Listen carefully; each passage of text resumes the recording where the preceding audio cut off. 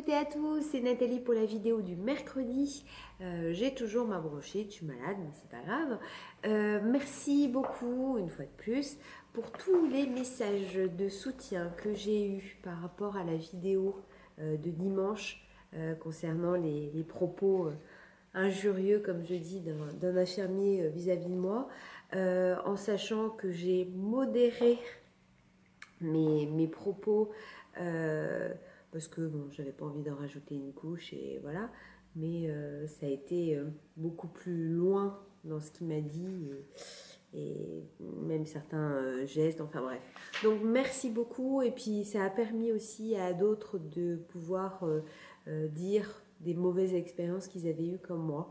Donc voilà, donc continuez. N'hésitez pas à mettre des pouces bleus, même si vous êtes pas, enfin vous n'êtes pas favorable, si je peux dire, à des propos comme ça, mais voilà, je prends le pouce bleu comme un soutien et non pas comme oui, je suis d'accord avec ce qu'il a fait.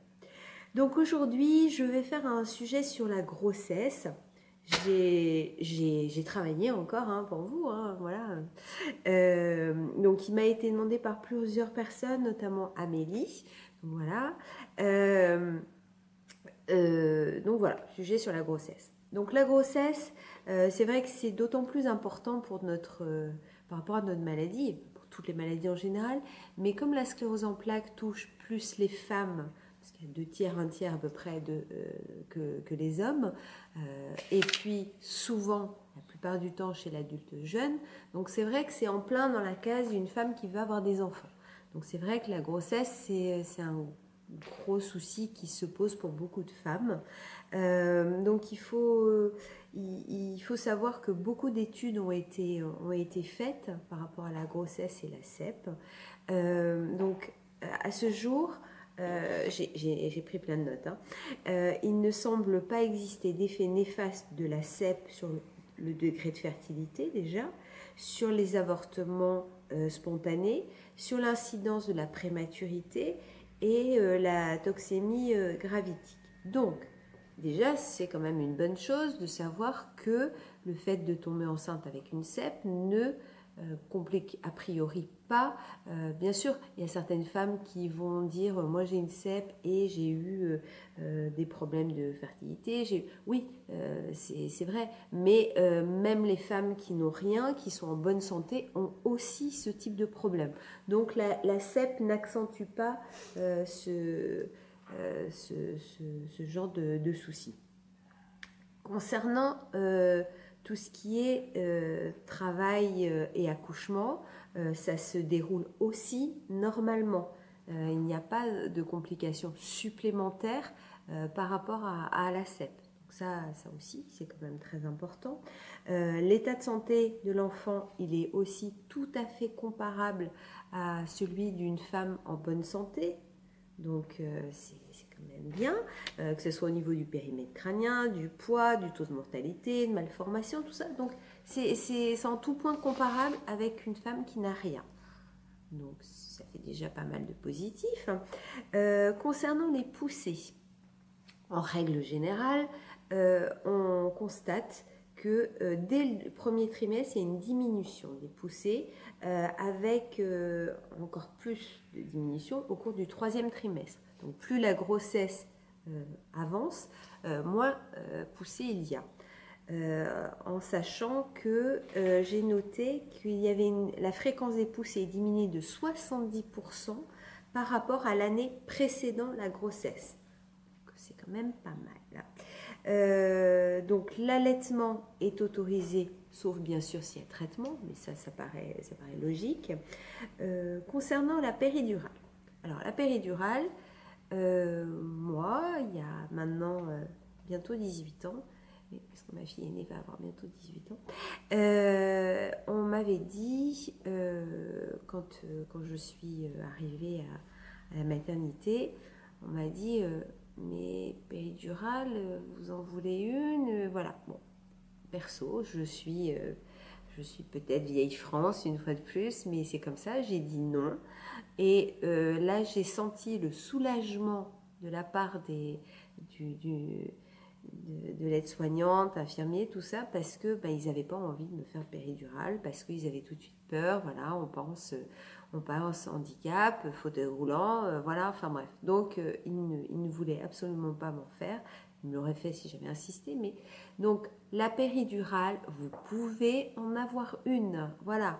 Donc moi, c'est un choix, j'ai eu 3 grossesses, j'ai jamais eu de péridurale. Voilà, avant on accouchait bien sans, hein, donc voilà. Mais vous pouvez, si vous le souhaitez, en avoir une. Ça, il faut surtout pas, voilà, avoir peur par rapport à ça. Ça, c'est important. Donc, le fait qu'il y ait les diminutions de poussée pendant la grossesse, eh bien, en fait, ça entraîne des nouvelles voies de recherche importantes. Et on pourrait envisager, mais ça, c'est pas moi, je ne veux pas m'avancer, sur des études justement sur les hormones sexuelles qui sont multipliées, on va dire, pendant la grossesse, qui pourraient entraîner un traitement de fond, on ne sait pas, comme traitement, oui, voilà quoi. Donc il y a des études qui ont été faites et qui sont sûrement faites, voilà, pour voir pourquoi il y a cette diminution pendant la grossesse. Moi, j'ai des médecins qui m'ont dit, d'ailleurs certains l'ont vu pendant l'émission où je suis passée au mois de mai sur France 2 à toute une histoire. Donc le médecin m'a bien dit, et on me l'avait déjà dit, que en fait, il faudrait être tout le temps enceinte, parce que c'est une période qui est le mieux pour nous, quoi. Donc, à étudier.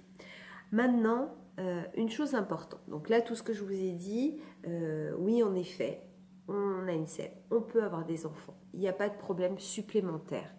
Par contre, une chose à laquelle il faut réfléchir, et qui est importante, c'est savoir si c'est l'après. C'est-à-dire, quand bébé sera là, forcément, il y aura votre vie va être bouleversée, et savoir si vous allez être épaulé. Savoir si le papa, en particulier, le papa, la famille, pourront vous aider, puisque il va se poser le problème de la fatigue. Fatigue, n'importe quelle femme qui vient d'accoucher, elle est fatiguée. Nous, c'est vrai que c'est quand même multiplié. Il va y avoir les problèmes d'équilibre. Parce que les problèmes d'équilibre, ça je reviendrai dessus dans une autre vidéo, on en a quand même beaucoup. Moi personnellement, c'est une catastrophe. Il y a les problèmes au niveau de la force, parce qu'un bébé, il faut le porter, même s'il n'est pas très lourd, mais il faut le porter. Et puis si c'est pour se casser la gueule quand on veut le mettre dans son bain ou dans son lit ou n'importe où, c'est un peu embêtant. Donc c'est vrai qu'il faut savoir se dire, est-ce que si je vais pas bien ou quoi que ce soit, il y aura oui, le papa qui va vraiment être présent, parce qu'il y a maintenant de plus en plus de papas qui assument parfaitement leur rôle, mais il y en a encore qui sont restés côté macho en disant que c'est aux mamans de s'en occuper. Non, ça je suis contre.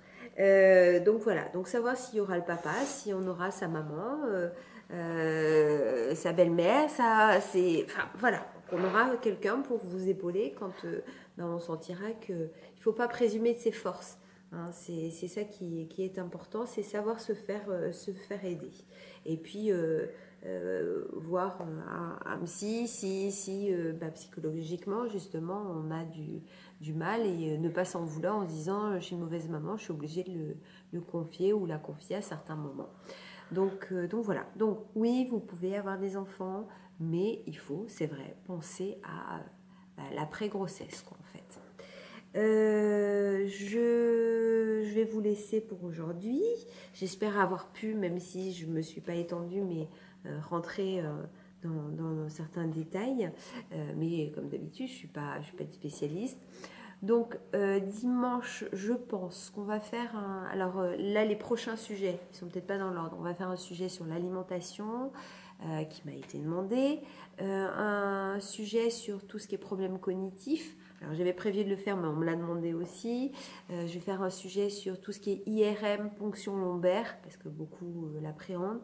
Je vais faire un sujet aussi, un sujet un petit peu difficile sur tout ce qui est dépression, suicide, puisque je lis pas mal de choses en ce sens, et bon, ça me fait un peu peur.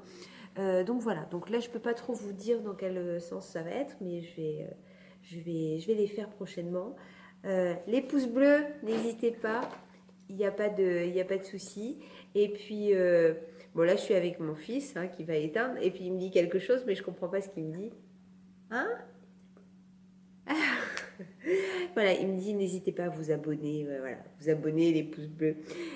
Donc voilà, je vous fais plein de gros bisous, soignez-vous bien pour ceux qui sont malades, puis même ceux qui ne sont pas malades, hein, prenez soin de vous. Et puis ben, je vous dis à dimanche.